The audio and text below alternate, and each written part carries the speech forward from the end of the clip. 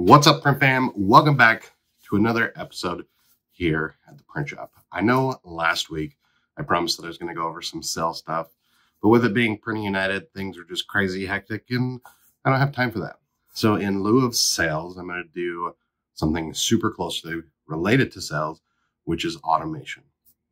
Now, a lot of you guys know that I have bulklaser.com where I sell pens, wallets, and a few other engravable and UV printable blanks that we have here at the shop. And with that, I'm trying to grow it. Of course, that's what we want to do when we're growing and doing, or when we have businesses, we want them to grow. Right now, we're almost to 900 orders since we started a few years ago, which is awesome. But looking at the data, I can see that most people only order one time. To help with that, I need to communicate with them. I need to understand where they're coming from, why they're buying, who they're buying for. I know a lot of them are buying because they have businesses. I know some people are buying just because they want pens or wallets or whatever. But the only way to do that is to know. So what I've done is set up an automation. I've done that through my CRM, which right now we are using Go High Level or High Level. It's gohighlevel.com. And with that, I can connect Shopify, which is who we have it through. I should turn on screen record. It'll be easier. We have the ability to set up automations, workflows, triggers, and things like that. So the first thing I did when I set up is a new order from Shopify. So that way, basically what happens is when an order is placed, I want it to update a custom field to add the value of one. So I know based off of the contact information, I can just see how many orders they've placed. With that, I also have it pull up the subtotal or the order total. So I can add that to the customer just so I can see the lifetime value of the customer. From there, I want it to add a tag to the customer. So if they order pens, I do it based off of the Shopify order ID, that it adds the pen tag. Then if they also ordered wallet, add the wallet tag. And then we want to go to another spot in the automation. Same thing with wallets. If they order wallets, great. Did they also order pens? Great. Send them here.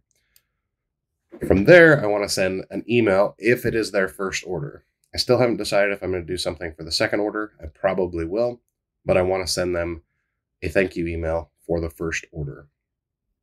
So that's going to drop them in a new workflow. So rather than being in the Shopify workflow and making this super complicated, it's going to send them to a new workflow.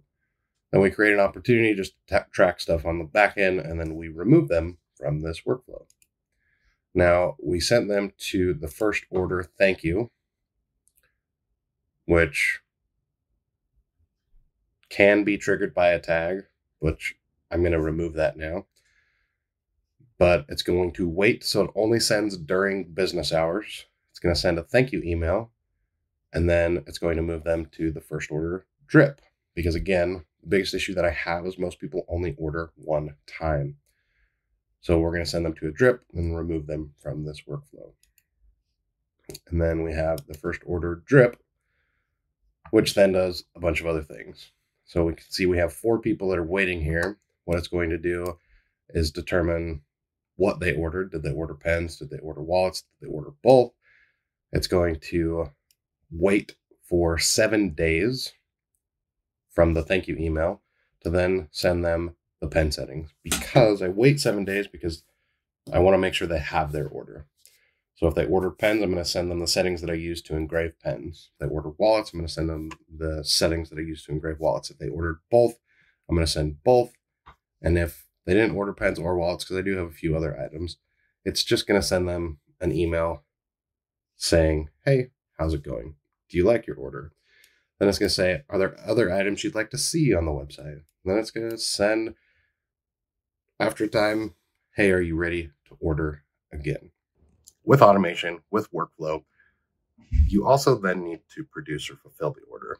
And if you want to take some of that burden off your plate, check out our sponsor, Firesprint.com.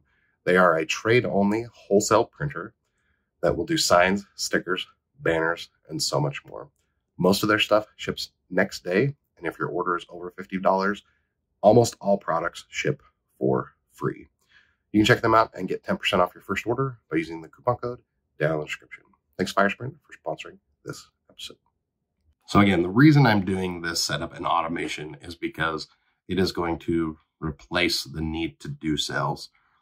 I'm still actively working, like this video is part of sales. Hopefully people will see it and go visit Bulk Laser and potentially buy stuff. But with having the metrics, we have, like I said, we're coming up to 900 orders. We're not there yet, but more than half of those people only order once, and then half of those people only order twice, etc. We do have our number one customer has ordered 33 times.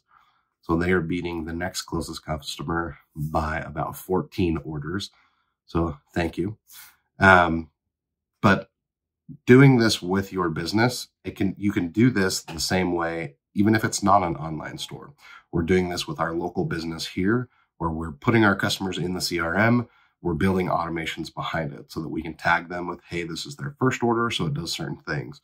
Or if they ordered apparel, or if they ordered pens, or they ordered like printed products, how can we then automate that sales process? How can we have the reminder or the follow-up, the check-in? How did you like your order? Did you have any concerns? Hey, because you ordered pens or sticky notes or whatever, are you ready for a repurchase after so much time? For customers that we know do yearly things, like my brother always orders Christmas shirts. Like that, his guys love it. They order shirts and hoodies and different things. So how can we automate that process, knowing that it's going to happen and we want to follow up and need to follow up, because we want to be proactive in our business, not reactive in the business. So think about that in your business. What are some things that you could set up, that you could automate, that could add additional touch points with your customer? Along with the CRM, we're tracking how frequently we're talking to people. We've moved our phone numbers to Go High Level so that we can see activity, so we can call people, so we can text people, and everything is in a unified ecosystem. So think about that when it comes to sales. If you're a solo operator, how can you basically double your effort by having some of these tasks and triggers?